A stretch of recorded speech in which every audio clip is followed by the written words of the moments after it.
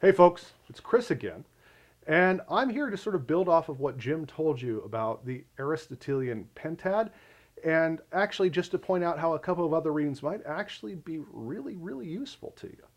So first of all, you're going to see that there are a couple of videos that are worth actually looking at. So for instance, there's Cuddy's piece on body language, which is, I think, really useful if you begin to think about not just what you're writing for your TED Talk or Ignite speech, but how you're going to actually deliver it.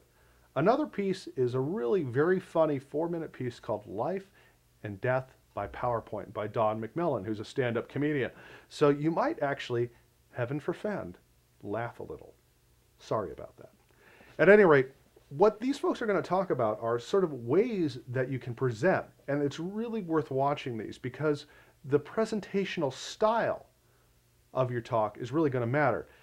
And there are about 4 things that I personally, after having watched many a presentation over the last 20 years as a teacher, would recommend that you consider. So I want to demonstrate just a couple of things.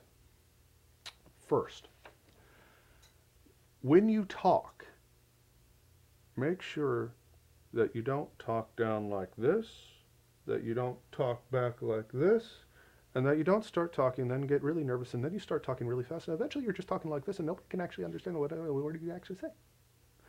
So, pace matters, and you need to be confident. Another thing to consider, where are you looking? Right now, I'm looking, at least metaphorically, you all in the eyes. If that's too freaky, you can always look right above people's eyes, but you want to make actual eye contact with people. You also want to use your hands, like I'm using now, to gesture and bring people in to your talk. You need to be animated because if you start talking like this and the hands go down, and eventually you're going to have people thinking this: Bueller, Bueller, Bueller. So the other thing is your body posture. Right now, I'm relatively straight backed and I'm talking to you, and that has 2 effects. 1, it means that my voice is actually alive. 2, it means that your eyes are actually on me. Now, if I start to do this and I start to do this, you can sort of see what I'm doing now. I'm sending you a message. It's nature's way of saying, don't look at me and please never touch me. So you need to think about how you're presenting yourself. And this goes back to the ancient canon of delivery.